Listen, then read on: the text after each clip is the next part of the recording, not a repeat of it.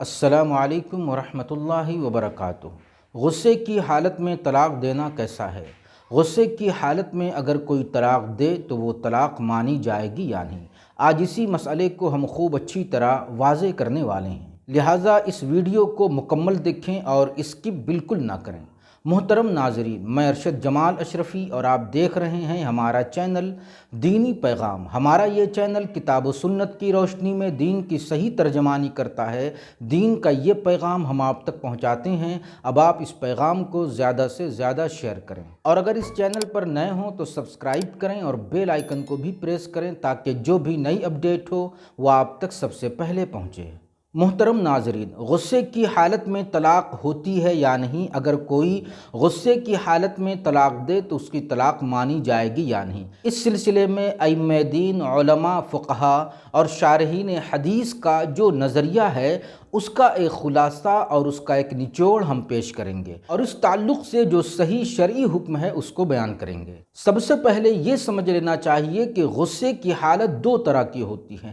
ایک انتہائی شدید حالت جس میں انسان کی عقل بالکل معوف ہو جاتی ہے، سوچنے سمجھنے کی صلاحیت ہی ختم ہو کر رہ جاتی ہے، وہ اپنے منہ سے کیا بک رہا ہے اسے اس بات کا بالکل ہوش و حواس نہیں رہتا، وہ کیا کہنا چاہتا ہے، اس کا کیا ارادہ اور مقصد ہے، اس کا اس کو بالکل ہوش نہیں رہتا۔ یہ غصہ بہت کم، کبھی کبھار کسی کو آتا ہے۔ تو اگر غصے کی یہ انتہائی شدید حالت ہے اور اس حالت میں اگر کسی نے طلاق دی تو اس کی طلاق نافذ نہیں ہوتی، اس کی طلاق لاگو نہیں ہوتی، اور اس حالت میں دی جانے والی طلاق نہیں مانی جائے گی۔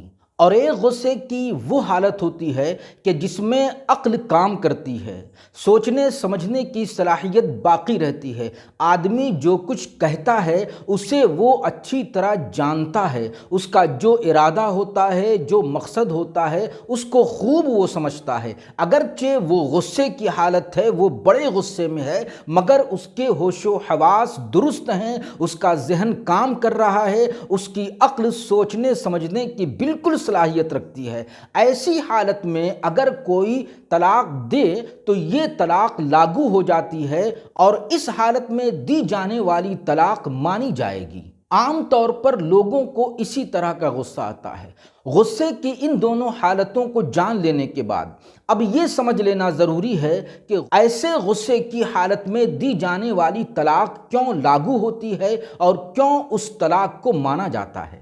پہلی وجہ تو یہ ہے کہ انسان غصے کی حالت میں بہت کچھ کہتا اور کرتا ہے تو اس کو مانا جاتا ہے اور اس کے خلاف ایکشن لیا جاتا ہے۔ اگر کوئی غصے کی حالت میں لڑائی جھگڑا کرے تو اس کے خلاف ایکشن ہوتا ہے، اس پر بحث ہوتی ہے۔ اگر کوئی غصے کی حالت میں کسی کو مارے تو اس پر بحث ہوگی، اس کے خلاف ایکشن لیا جائے گا۔ اگر کوئی غصے کی حالت میں گالی گلوچ کرے تو اس پر بھی بات ہوگی اور اس کے خلاف ایکشن لیا جاتا ہے۔ ایسے ہی غصے کی حالت میں کوئی کسی کو اپنے گھر سے، اپنی آفس سے نکال دے، دھتکار دے، بھگا دے تو اس پر بھی ایکشن لیا جاتا ہے۔ ایسے ہی غصے کی حالت میں کوئی کسی آرڈر کو اوکے کرے یا کینسل کرے تو اس کو بھی مانا جاتا ہے۔ تو جب غصے کی اس حالت میں تمام چیزوں کو مانا جاتا ہے تو پھر طلاق کو کیوں نہیں مانا جائے گا؟ اس لیے غصے کی اس حالت میں دی جانے والی طلاق بھی مانی جائے گی، جس طرح کے غصے کی حالت میں انسان کی دوسری ایکٹیویٹیز کو، دوسری چیزوں اور دوسرے عمل کو مانا جاتا ہے اور ان کے خلاف ایکشن لیا جاتا ہے۔ دوسری وجہ یہ ہے کہ اگر غصے کی حالت میں طلاق کو نہ مانا جائے تو پھر ہر انسان کو یہ چانس مل جائے گا کہ وہ طلاق دے گا اور بعد میں یہ کہہ دے گا کہ میں غصے میں تھا اور میں نے غصے کی حالت میں طلاق دی ہے۔ تو جب غصے کی حالت میں طلاق نہیں مانی جائے گی تو پھر طلاق کے علاوہ چیزوں کو بھی نہ ماننے کا ایک موقع اور ایک جواز فراہم ہو جائے گا، اور اس طرح شریعت کے بہت سارے احکام ہی باطل ہو کر رہ جائیں گے۔ اس لیے طلاق کے سلسلے میں غصے کی حالت کا کوئی اعتبار نہیں ہوگا، جس طرح کے دوسرے معاملات میں غصے کی حالت کا کوئی اعتبار نہیں کیا جاتا۔ یہی امام ابو حنیفہ رحمۃ اللہ تعالی علیہ کا بھی مذہب ہے۔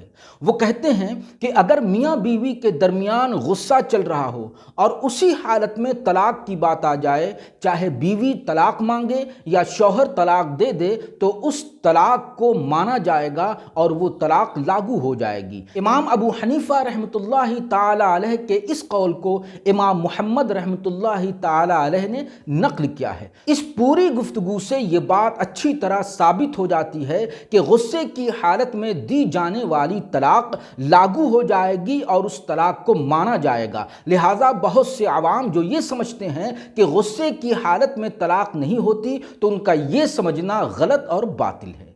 والسلام علیکم ورحمۃ اللہ۔